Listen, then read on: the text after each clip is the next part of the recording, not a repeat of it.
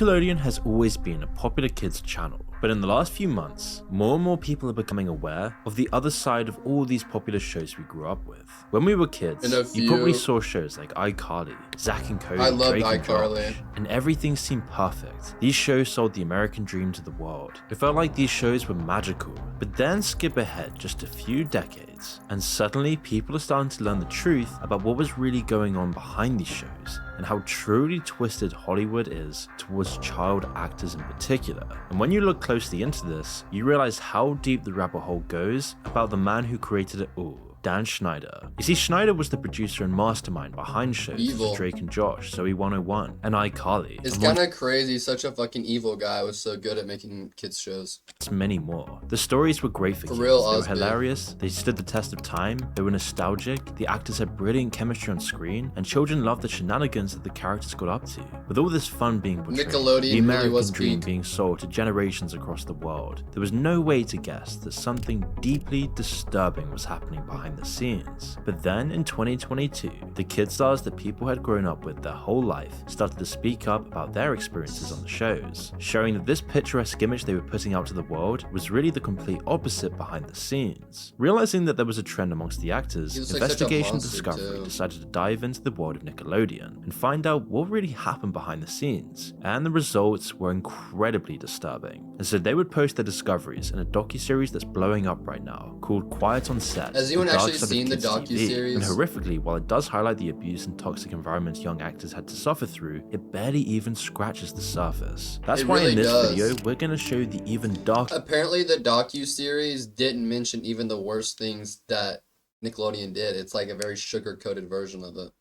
What was really happening behind the scenes, and why a man who created such brilliant and entertaining kids content should be facing a very lengthy jail sentence. Once described as Nickelodeon's golden child, Dan Schneider began producing several live action shows in the early 1990s. His work captivated millions of teenagers and children from around the world. However, what was once acceptable for his young audience gradually became a concern as the years started to go by and people reflected on what they used to watch as children. You see, longtime viewers of Schneider's shows identified his obsession with children's feet and the inappropriate sexual conduct he had scripted for child actors. Schneider's obsession with childlike actors allegedly started in the early 90s. Dude, there were the so many of the foot All That, scenes. starring Amanda Bynes. As a 30 Love you, Tiff. year-old scout, Schneider would quickly become fixated on Bynes after seeing a short recording of her performing stand-up comedy. Amanda would then star in Nickelodeon's 1990s hit, The Amanda Show. During her time as an actor on the show, Amanda was unknowingly scripted to partake in events unsuitable for a 13-year-old girl. One of the most notable examples was a recurring bit during which Amanda would interview older men in a jacuzzi. This was a period before the public had any idea that people like I never even thought about that. I remember the Amanda Show. Harvey Weinstein, Jeffrey Epstein, all these creepy, dark, twisted rabbit holes within the Hollywood and financial elites was really going on. So People would never suspect that creepy predators would be the creepy ones producing the culture for the masses. productive, No one would ever expect anything from these people. It was a very, very different time culturally, and so in Schneider's eyes at the time, he thought this was harmless. So harmless in fact that he featured himself as a guest on the show and participated in a jacuzzi interview with Amanda. And over the years, people have started raising eyebrows about how this was ever allowed, especially when Jenny Kilgan, one of the female writers on the show, alleged that Schneider forced her to watch adult entertainment. Jenny later sued Nickelodeon for gender discrimination and for creating a hostile work environment. And this was the first time that someone sued the studio because of Schneider's actions and due to his terrible decision making, but it certainly wouldn't be the last. At the time, this seemed like a shock. How could someone sue the person making all these great nostalgic shows that we grew up with? They created our childhood culture and inspired a generation of kids around the world. How could someone sue the creator of all of this stuff? Well, Jenny would continue to explain her action. When I was a kid, Miranda Cosgrove was always my crush. By discussing all the creepy stuff that was happening in the film industry at the time. She still is, then no one cared. At first, she had no idea when she started working for Nickelodeon. It seemed like a golden opportunity with this rising She hasn't aged a day. However, soon after joining, the darker, sinister truth was about to be revealed. After being chosen for the position as a writer through a job forum, Jenny and another writer were hired as the only two female writers for Schneider's shows. At the time, both writers were manipulated into sharing one salary. The reason being, Schneider was only willing to hire the female writers if they split a salary. No one thought to challenge the idea. That's insane. It's literally so much money the Nickelodeon studio has. Why would they make them do that other than just to spite women? That's so insane. It's not like they wouldn't have the budget. 2 employees sharing his salary. Whatever Schneider Winnie wanted was Cooper. golden and pressed and How old is stayed she due now? to the huge success he was bringing to Nickelodeon and the Hollywood industry. And people just somehow accepted it, and it seemed like all the Queens. employees enjoyed working in the same room Both as Schneider. Amandas? He was a writing genius, great at directing and producing all of these who was the other fantastic one? shows for children. But then it started You mean getting weird. Miranda? One of the first signs was his constant jokes targeting individuals on his team. He would often say to his writers, women can't write funny, and challenge them to find a funny female writer, which is kind of just the Damn. banter of men in the 90s, and could be passed off fairly easily. But then it started getting worse and worse, and Schneider's comments eventually led to another gender discrimination case in 2000, where one of the Her female last writers name of the Amanda changed? Show Wow. claimed that the producer would frequently message her and request that she give him massages in the writer's room. Really What the creepy fuck? Weinstein-style stuff. But despite showing multiple red flags in his career, Nickelodeon brushed aside allegations which Schneider faced, because they knew he was their golden goose. He was writing these excellent That's shows, disgusting. he knew what children wanted to see, and he was of course bringing in fat stacks of cash for the executives at Nickelodeon. So the television Was channel Winnie settled the Cooper, discrimination matter outside of court Sorry, I'm and turned a stupid. blind eye to the dangers which would scar the careers of future child actors. Now by this point, Amanda's childhood acting career as a Nickelodeon star was continuing to shine as Schneider arranged for her to co-star in Paul Giamatti's film Big Fat Liar. And following the Big movie's Fat Liar success, was such a Amanda then good acted in movie. Nickelodeon's What I Like About You series. Bro, she The was honestly such a good actor, bro, at her peak. series touched on some controversial And Lizzie topics. Lohan, like, honestly, this might be me coming out as gay. I'm kidding. Web Life is crazy, but I like old Miranda Cost, old Amanda Bynes movies like, She's the Man, where she's like pretending to be a boy to play soccer. Lindsay Lohan movies too. Like, I think they're pretty good. that often exploited Amanda as a vulnerable teenager actress. Schneider scripted scenes where the young actresses wore inappropriate clothing for a teenage girl, and spoke about male erections with sexual innuendos. Really creepy stuff. And as this was the early 2000s, where people were so naive to all the creepiness happening behind the scenes in these big studio companies, many viewers must have just shrugged off the blatant wasn't any use of social sexual media. innuendos in What I Like About You. However, this constant theme continued to plague other Nickelodeon programs. Victorious has far too many examples, including scenes where characters are slapped in the face with a sausage or shake weights in an inappropriate manner. In one episode, Ariana Grande's character, Kat, tries to milk a potato by squeezing it. Now, Schneider would bro, they repeatedly were so sexualize fucked material up. for his own child actors, and maybe remind you that some of these actors weren't even 16 years old. The scenarios and the jokes he made the actors do, when watching in hindsight, seem completely out of line. One of the scenes which scarred Jamie Lynn Spears' career was in an episode of Zoe 101 when a tube of goo squirts all over her face. After filming the That's scene, so one of Spears' weird. male co-stars turned to her and said the scene reminded him of a shot. This incident wouldn't be the first or last attempt either to inadvertently recreate an adult entertainment scene. Ariana Grande's character was forced to pour water over her face in an effort to drink it. And the scene just makes you want to know, why couldn't they just use a glass? It was this creepy sexualizing of Grande's character in Victorious and Sam and Cat that made This people is question so Schneider's weird. motives as a producer. However, at the time, his future as a producer at Nickelodeon remained very promising. sick. In fact, he was at the top of the company. Those poor He was one of kids, the main bro. guys propelling Nickelodeon to TVs all around the world. He knew what the kids wanted and was a genius at writing for them. However, to what extent was Nickelodeon prepared to deal with his misconduct and all these weird allegations made against him? It's so Well, in weird. 2013, There's so public many perception more. of Nickelodeon's Golden Like, Child there's so many more terrible scenes that, like, first of all, were cut out after they aired because of blah, blah, blah. What he did to Gibby and iCarly, like, always making fun of him for being, you know, a little rounder as a kid was fucked up, always taking his shirt off. took a turn in the wrong direction when Sam and Cat, another of Dan's creations, ran a competition. Fans were challenged to write on the bottom of their foot and submit What photos the to the studio. fuck? Understandably, the competition was considered a little bit absurd. Why on earth would Nickelodeon want pictures of feet? Worse, why would they want pictures of children's feet? That was when the penny dropped for thousands of Schneider fans. This constant creepy use of child foot humor, the unnecessary inclusion What of the random feet, fuck? it was all starting to add up. The competition confirmed what some fans would describe as Schneider's foot fetish or Chat, I gotta stop with the foot jokes. fascination. In a recent interview, former Zoe 101 actor Alex Nicholas spoke out about the Damn, we're producer's getting obsession old, with chat. children's Look how feet. old she looks. Nicholas alleged that Schneider would often I walk hate around seeing, the set like, characters from, like, Zoe 101 or whatever show, like, look so old now. I'm like, you were supposed to stay that age in my mind forever. with a digital camera, offering children money in exchange for pictures of their feet. I saw him do very inappropriate behavior on set. I Is that saw Trisha Paytas? him, you know, going around and trying to take photos of kids' feet. And as a child, you were like, this is weird? What the fuck, bro? Trisha Paytas is literally everywhere. I literally just tweeted yesterday. I found a video where Trisha Paytas was an actual Eminem. She was in an Eminem music video. What the fuck? I didn't think it was. Well, he was walking around with dollar bills. That's what I remember, and he was telling the kids, you know, come out, take photos of your feet, and give you $1. Like, it was like some funny like hoax, like.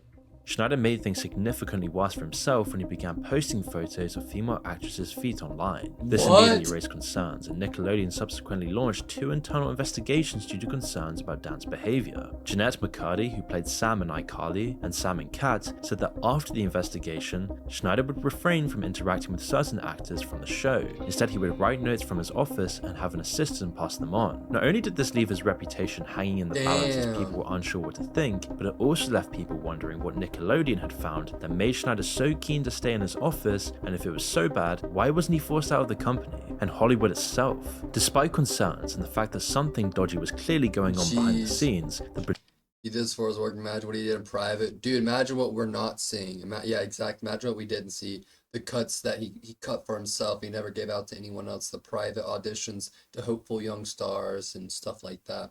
Probably disgusting. And here's the thing is, even if he got fired from Nickelodeon, I'm sure they'd still secretly pay him a nice sum to ghostwrite any of their shows.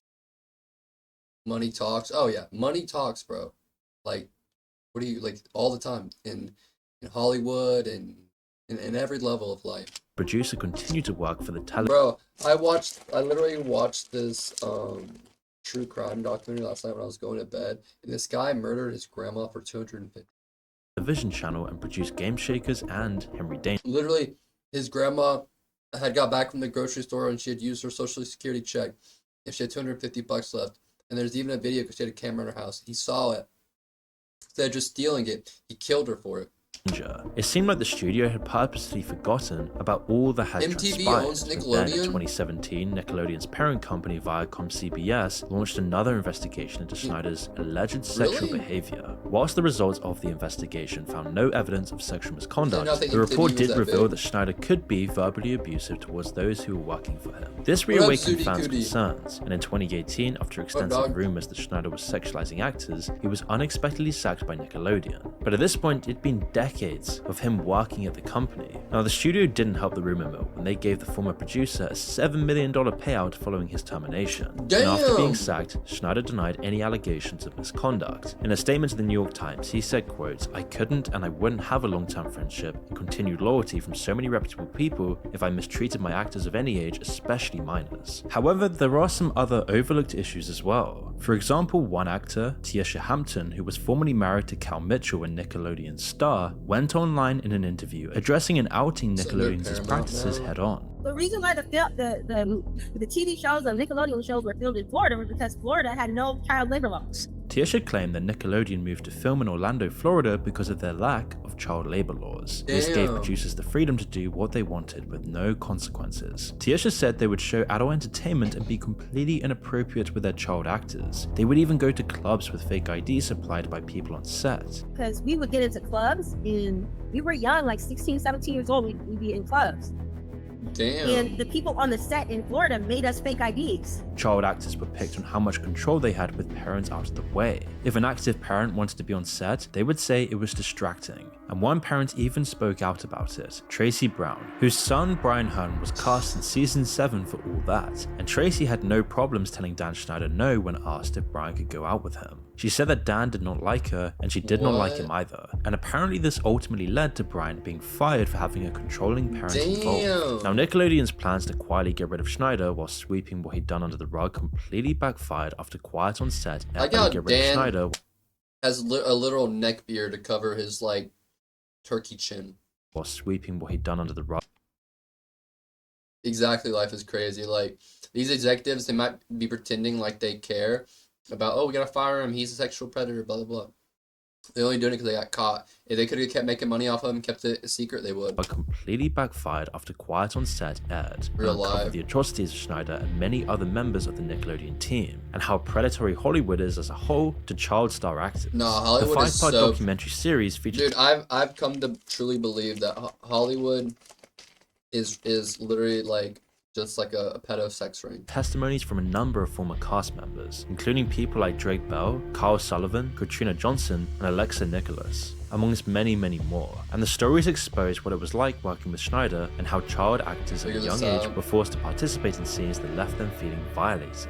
And one of the most disturbing secrets the docuseries brought to light, and that made people question how common this sort of behavior is within Hollywood as a whole, was the sexual abuse of child actor Drake Bell for the program Drake and Josh. The docuseries reveals that Bell suffered sexual abuse from one of Nickelodeon's coaches named Brian Peck, who was arrested in August 2003. During the trial, Peck received 41 letters of good character from leading personnel in the industry, appealing to the judge for a lenient sentence. So Peck was only given 16 months imprisonment for the abuse he had done to the child actor, and was later registered as a sex offender. That's insane. And after becoming, yes, a registered sex offender, Disney knowingly hired Peck for the teen sitcom. What the fuck?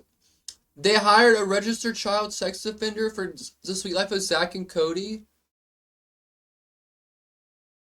I know, Kata, I heard about that.